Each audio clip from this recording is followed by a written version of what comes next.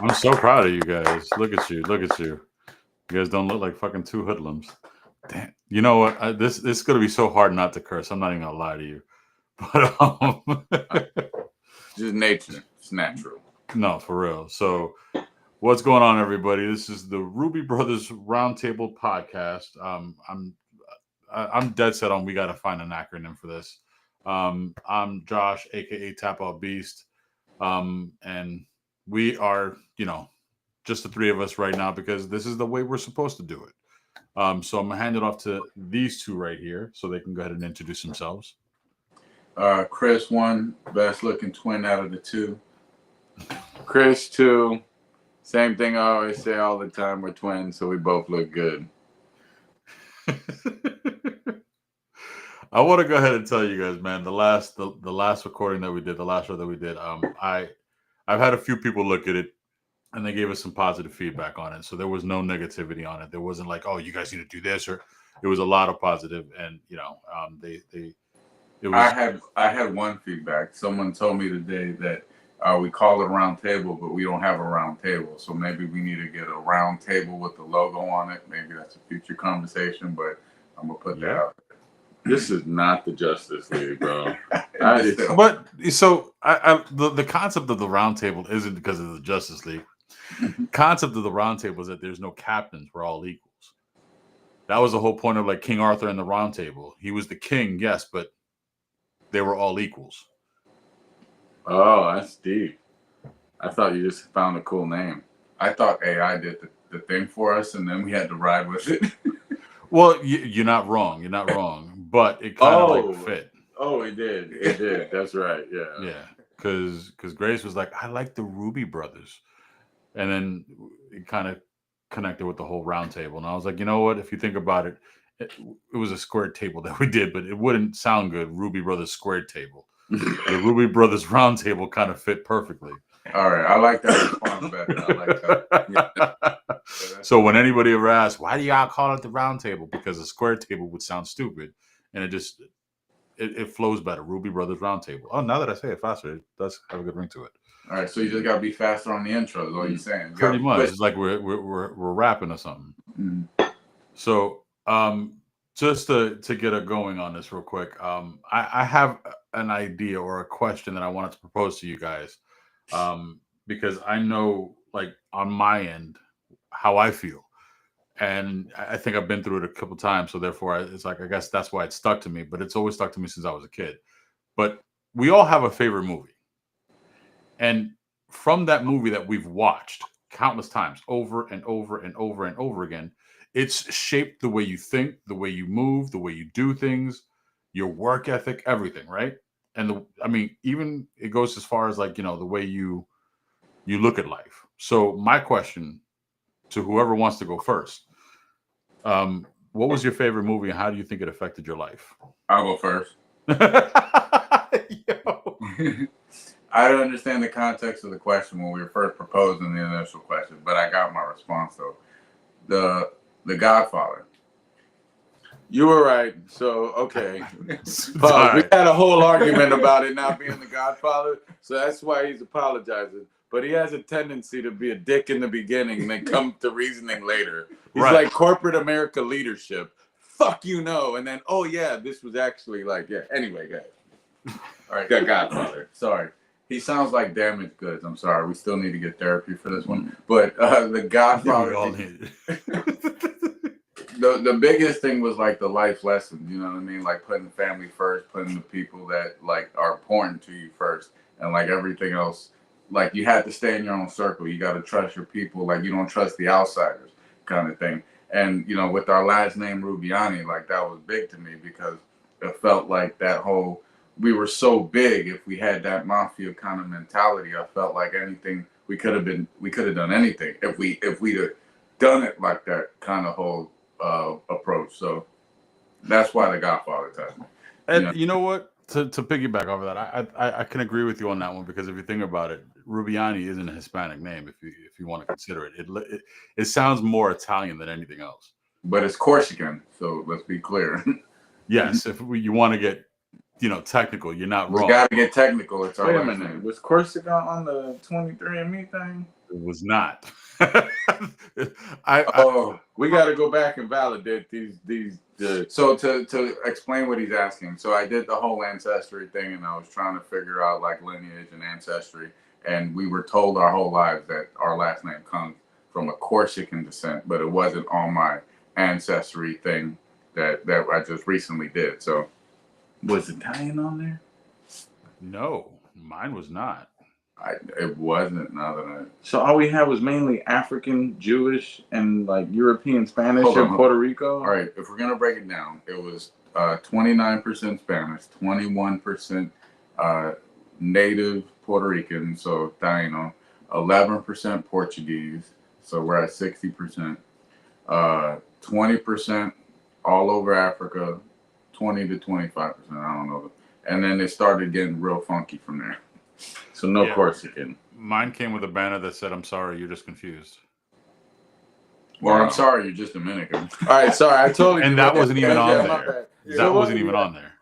So what about you? What's your favorite movie? Oh no, we still got to go on to you. How to Be a Player? You got to go on to that one. But I want to say the whole mafia thing I thought was pretty dope, because even as I was getting older, you know what I'm saying, I was like, yo, and I think it was one of my homies was like, bro, he's like, we should do a mafia just off of your last name alone. I was like, man, I am down. Let's get this going, bro. I was like, let's do it. I don't care. And it was a young-minded thought. You know what I'm saying? We were stupid, but Yeah. it was off of alcohol. I ain't gonna lie. It was good times. It was. Your favorite movie, Christian? I think I should go last. I think Josh should go Yeah, last. Josh. All right, that's fine. So for me, it was Mrs. Doubtfire. I see. That's why he's always been the daughter. Whatever. So You I must have my elaborate reason. on why. I'm gonna tell you. So you gotta first and foremost, my favorite actor was Robin Williams, because he had a multitude of personalities in his head, and that gave him that ability to sit there and do it. And just being how we were growing up, you know what I'm saying? We would do certain things just to make people laugh, right? And that's what he does. Even though I know I was going through my shit when I was growing up. So you're talking from a goofy perspective. That and a father perspective. You know what I'm saying? Because it's like he wants to be around his kid. Like I look at, you know what I'm saying, Grace, and I'm like, I can't, it's hard to imagine just even a weekend without her. You know what I'm saying? Because I've had her for so long. And I'm not saying that the other kids aren't important at all, because I love Jaden, I love Josh Gabriel, I love JJ. You know what I'm saying? And And they're more. Hold on, you just wait. So anyway, Okay, as I was saying, okay. and you look at the time that I spent with JJ when he was a kid. You know what I'm saying? And when he moved, it killed me. It hurt. But just going to get him for the summer. But now we're taking the aspect of how divorce affects children. You know what I'm saying? We've watched mom twice get divorced. You know what I'm saying? And though it didn't affect us like, oh man, we're losing another one. It was, we had to watch mom kind of lose a part of herself every time. And that's what divorce does. It affects you in that sense. You lose a sense of you every time, and when you look at what the father went through, what Robin Williams went through, it's like he had to jump into another character just to be around his kids, and the things that he went through for it. You know what I'm saying? And so for me, it was just the goofy part of it, the father aspect and the divorce aspect. You know what I'm saying? Because you lose a lot in that in that scenario. Sounds like you need a hug. Oh yeah, every day, every fucking day.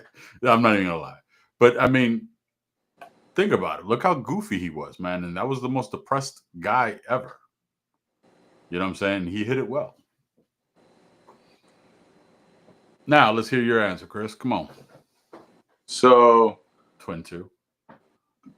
I'm gonna do a 2-part. So honestly, the one I watch regularly is Ace Ventura: Pet Detective.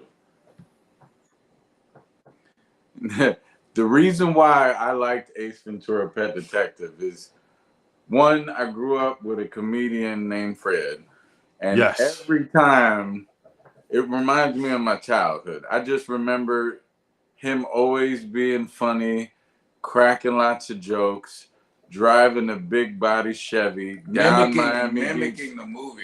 Oh my God. But when you think about the movie, if you really drill down, Jim Carrey, one, an amazing comedian, tremendous actor, Yes. and then allowing himself to really play a role where, if you really think about it, he was the smartest guy in the room. Mm-hmm. He was just very, very extra, mad disrespectful. Like, he would be the most disrespectful person talking to you, and it would be hilarious.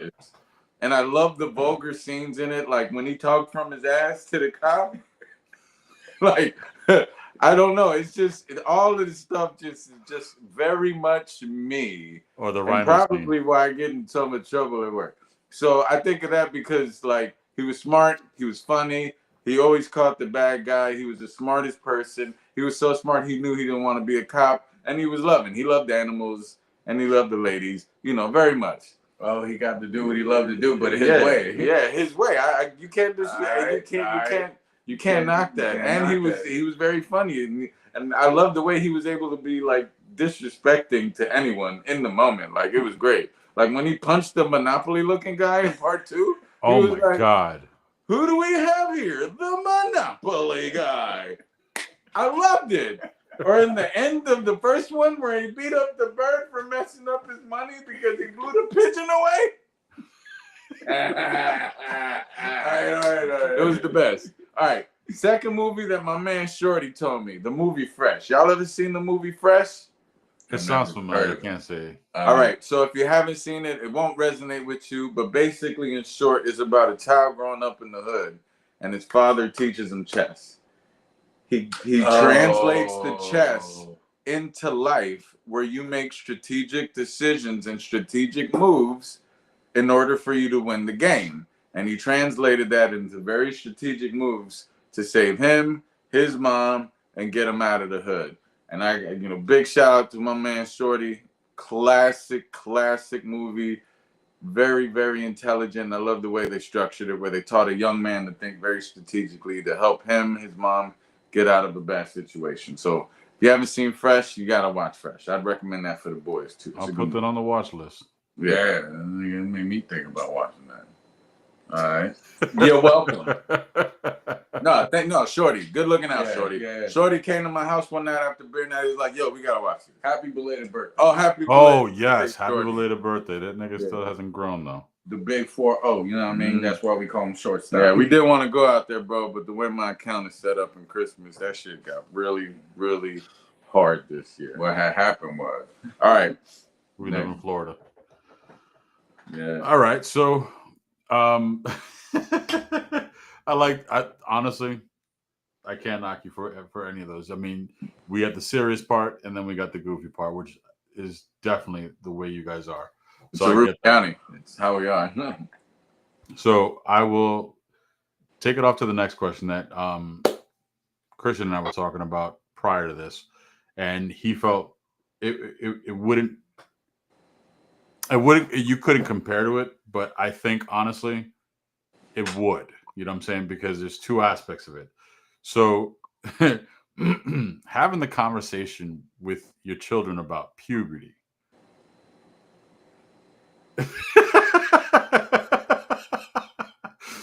So my question now, I'm going to reshape this conversation because I think you two can have a very serious debate about this one.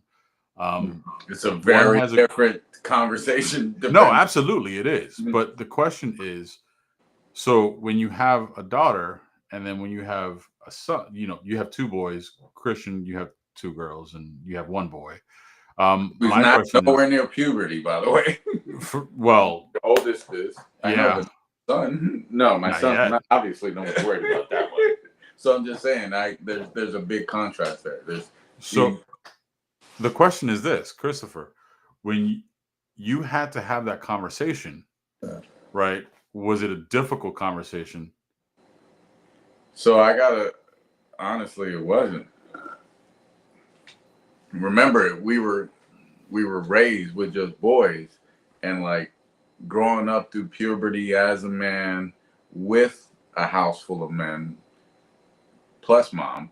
You know what I mean? Like having a conversation with my boys was kind of like normal, any kind of conversation in terms of puberty or whatnot. It's a normal, easy conversation. And to be honest with you, it's just a test. Are you ready to have the conversation? Are you ready to talk about it or no? Okay, so I'll wait. And then you kind of just, you test them out and you feel them out, and or if they bring it to you, you have the conversation then. But it's more of it's a chess match. Like my man was just saying, you just, when you have the conversation at the right time, and I'm comfortable because I've been around men my whole life, so I can have the conversation without any hesitation and know what to say and what not to say. So I'm flexible and open-minded, and it's not difficult for me. Thank God that I was raised with boys and God knew what he was doing, because I wouldn't know what to do with a girl at all. So it's an easy answer for me because it's simple to me. What challenges are you facing, Christian? Yeah, bro, like the camera is not even zoomed in on his face, and I can see the stressed look already on his face. All right, so a couple things. Like, they, meaning the child, the female, go through their own changes that's hard. Like the mood swings, the emotions, the isolation, the frustration, the lashing out. And it's hard because, like, if you really like understand children, and especially when they have children, the one they get the brunt of it is their siblings. So like kids fight a lot, so you can imagine how how she's interacting with her siblings. So that's a challenge. And then her emotions and like her beating herself up because she's doing things and she's making mistakes is a whole different challenge. Like, and on top of that, I keep like trying to do my best to help her navigate this. Like, you got to be patient. You can't get upset so frequently. You got to remember you're going through changes right now. And these changes might mean that you might be a bit short fused. So if you're short fused, why don't you stay away? Isolate yourself. Tell them you're not in the mood and try to repeat yourself instead of screaming or getting upset. You can't, you will be emotional. I'm not saying it's not acceptable to be emotional. What I'm saying is you just have to learn how to manage and be logical.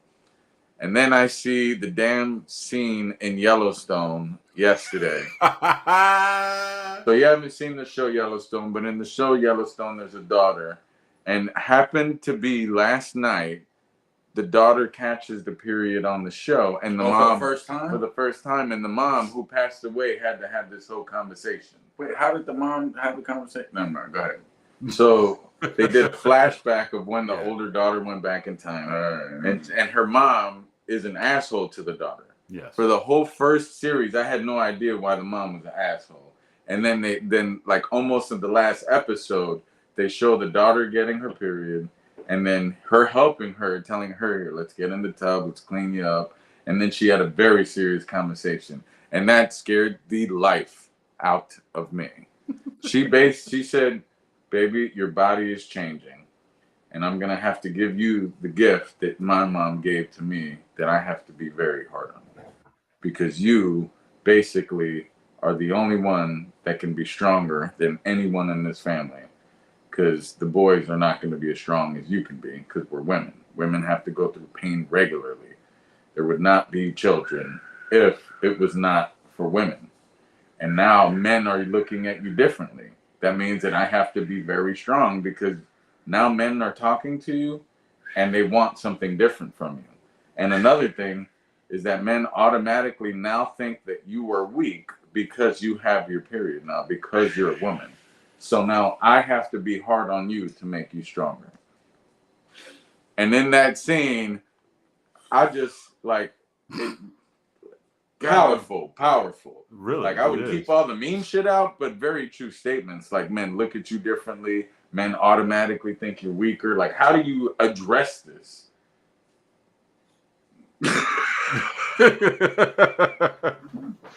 And bro, like everything you're saying is 1,000% accurate. And bro, that same scene, it made my heart sink. Like, oh man, I gotta have this conversation I don't. because her mom's not gonna do it. You know what I'm saying? Oh. And hold on, let me explain why. No, you don't have to go into specific. That's Yeah, not. yeah. No, it's not even about Yeah, specifics. yeah. It's because it's new to me, so it's the experience for me that, you know what I'm saying, she's giving me, and I'm like, damn. What do you say? Because I'm like, I've never had to go through that. You know what I'm saying? I get, we've seen what, you know what I'm saying, Mom Dukes has been through. We've seen what our cousins have been through. You know what I'm saying? Even then, it's like it's an up and down type of deal. But We're also not women. We have no idea what it's like. right, we don't know what to feel. You know what I'm saying? So we don't know what to warn them about. But I will say this, man. Like, so on the mom side, they've all gone through it early. So I'm like, Oh, how early are we talking? like 8, 9. Yes. And I'm like, oh. That's So at this possible. point, I'm like, oh man. All right. I was like, what was the earliest and who was the latest? And I'm trying to gauge, and I'm watching her, you know what I'm saying? Because she's grasping on sarcasm. And that That's got nothing to do sarcasm, with puberty. That's all you and that. no. That comes with the mood swings. Because her sarcasm kicks in when she's moody about something. You know what I'm saying? And she's learning how to gauge when to be sarcastic. You know what I'm saying? So her humor is trying to, she's trying to be funny about it, and then she'll get quiet. And then she'll retreat into her room because it didn't, you know what I'm saying? It didn't kick in the way she wanted it to. So I've noticed that she isolates herself. I noticed that she goes on, she gets on her phone and she'll just zone out. She'll listen to her music. So I'm like, okay. But she's also starting to develop. And I'm like, ah. And like she gave me a hug, and I guess I squeezed her too hard. And then she whispers to me, she goes, Dad, that hurt. And I was like, what do you mean? I was like, whoa, what happened? And when she explained it to me, I was like, oh, it's starting. And I'm like, and to have that tough conversation, I'm still not ready for it. And I haven't even had the full conversation. And mind you, I got the one here. That's it. Christian has 2.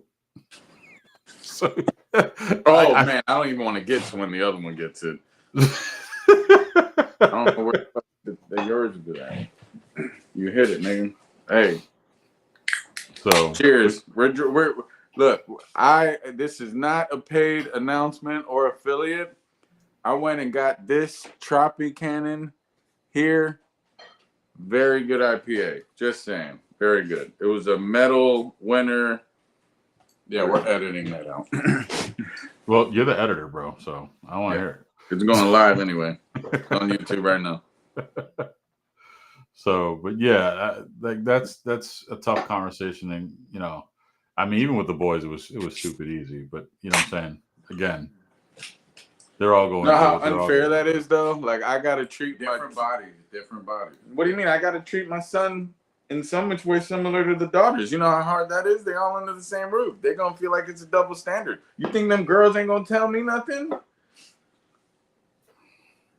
It's a double standard, and it's going to happen. I don't know. My wife 100%. is gonna let that happen. We cannot permit that. It's gonna be some equality. So if they can't go on dates, neither can he. Oh yeah.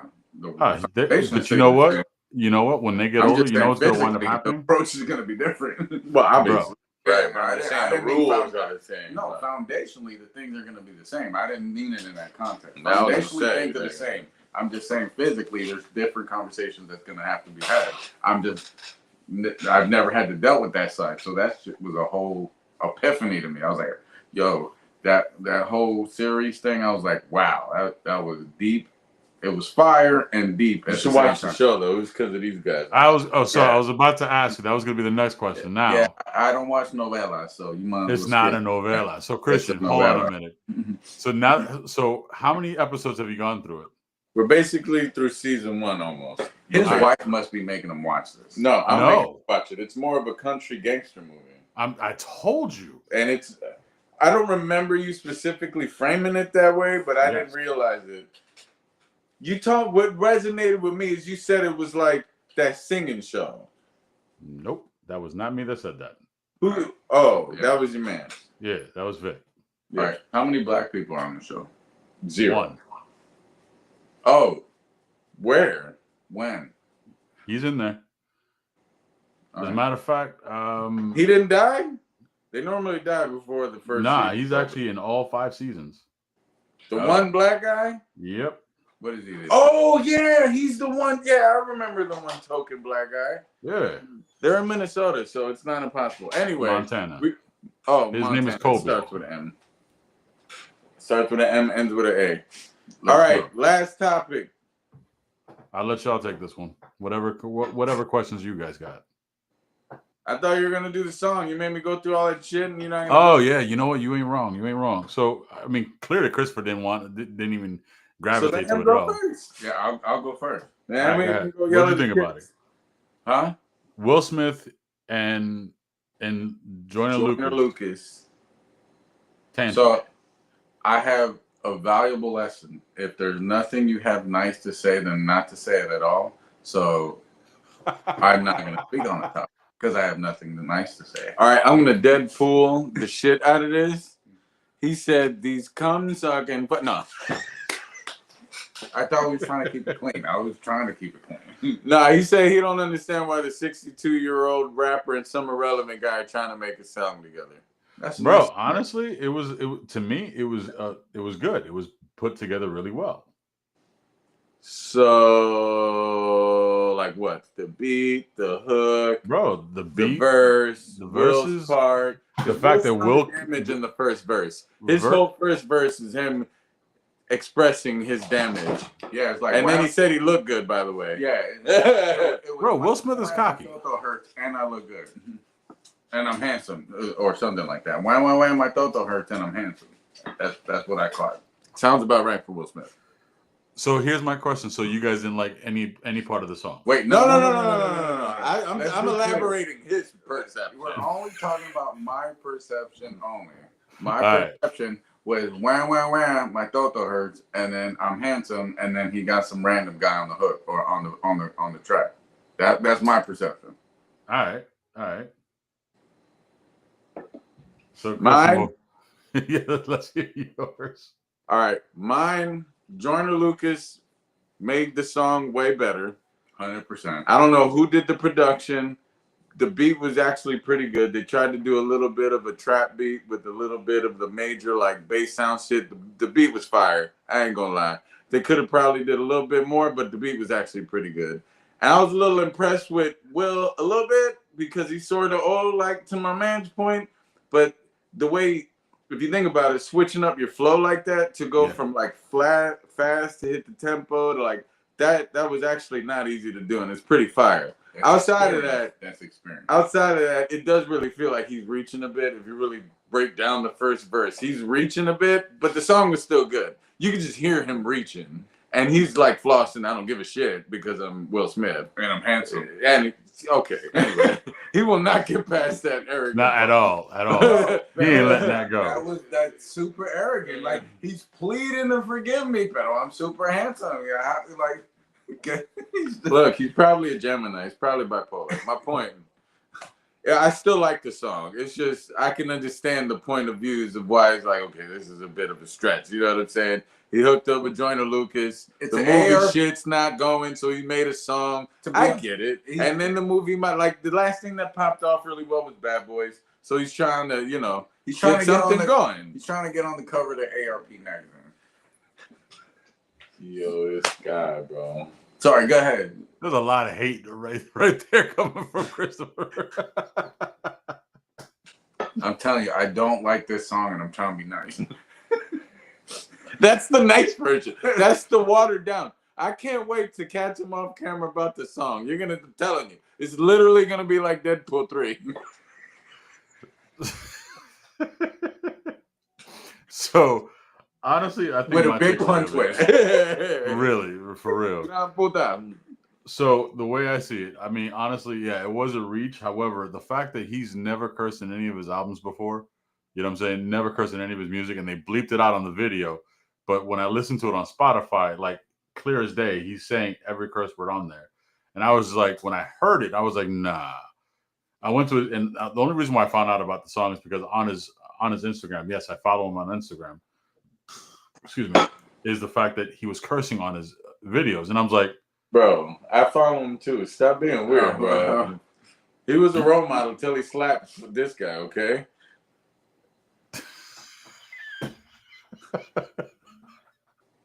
give it time. Christopher will follow him too. I guarantee it. What? So, No, never. Well, let's just see. Because remember a year ago, he said he wouldn't be on his phone this much. Now, Right. now his neck is in a permanent position. this nigga's online more than anybody. Yo, he give happy birthday to like mad people. Now I'm an asshole because of Because him. you don't say nothing. Because I know the same people, bro. And I don't never do that. Because I be mad busy. I'll be doing that. Bro, like it's the most hilarious thing, man. And then so to my point, I honestly I enjoyed it. That's why I sent it to you guys because I wanted your opinion. I didn't think that Christopher was gonna be so like against the shit. I But I almost appreciate blocked the- you. I almost blocked Bro, you. he's been talking crap about listening to this song. He didn't even listen to it. I had to play it 3 to 4 times. He wouldn't even listen. I had to run it back. I was like, bro, did you hear that part? Man, fuck this, blah. I was like, all right, man, I'm gonna play the whole thing over. Fucking, we gotta hear it all over again since you want to be so difficult. This man is so challenging, bro. Hey, there's one thing you don't get back is your time. That was a waste of time. It was not a 3 waste of minutes time. and 30 seconds. Are you gonna give me back 3 minutes and 30 seconds of my life? Because after a while, the new currency is time. It's not money. I can make money. I can't get my time back. You wasting my time with this garbage. And jog around the block, you get 3 minutes of your life back. There you go. This is why I like talking to you guys. All right. Thank you, Richard Simmons. Pom-poms and all, minus the curly hair.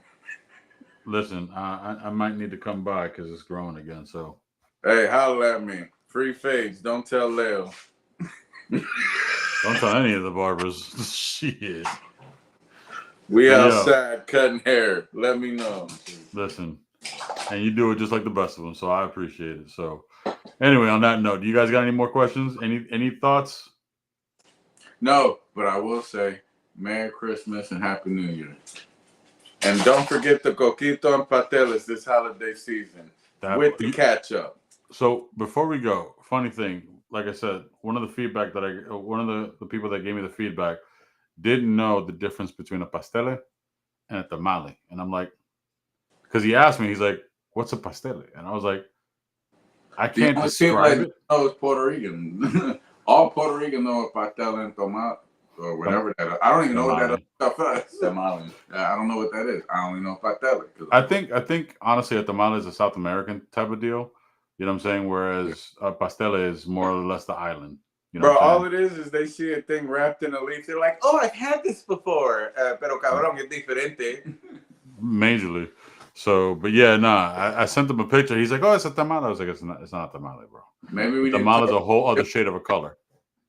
I'm not much of an expert. Happy holidays. Merry Christmas. Be safe.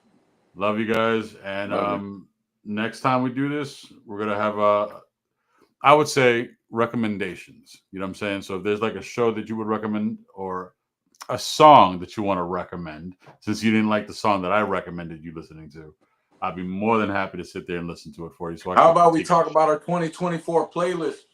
How about we also promote Adrian dropping a mixtape? My man's gonna do another In the Club or some kind of mixtape. So Really? that drop. We're gonna socialize that, post it on the Productions. platform, HEH Productions. HEH It's 20 Productions. 20 years plus, nigga. 813-323-0540. Nigga. Bro, I have not heard that intro or outro in so long. Damn. And I remember you guys started that together, and then he took it to a whole other level.